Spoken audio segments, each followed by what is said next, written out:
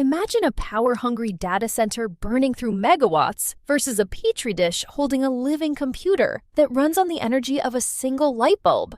That's the scale of disruption we're facing as we hit the silicon wall. Let's start with the stakes.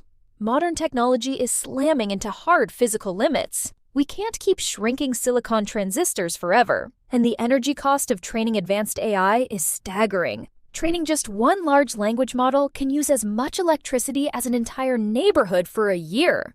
Why?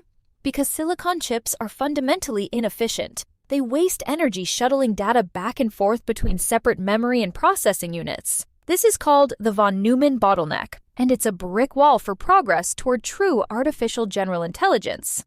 So what's the escape route? Enter organoid intelligence, or OI, the radical idea of using living, lab-grown human brain tissue as a biological processor.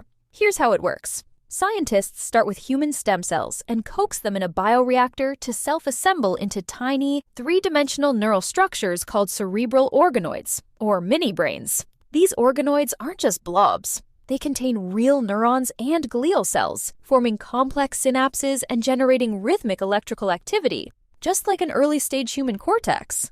Here's the kicker. Biological synapses can operate using orders of magnitude less energy than silicon, potentially making OI hundreds of thousands of times more efficient for certain tasks. And because the organoid is both processor and memory, it sidesteps the data shuttling flaw that cripples traditional computers.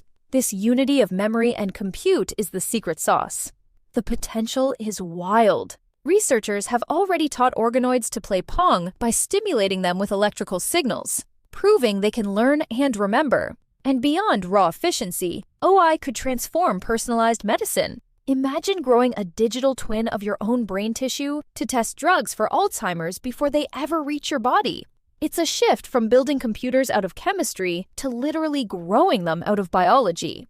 But here's where things get complicated. The moral question looms large.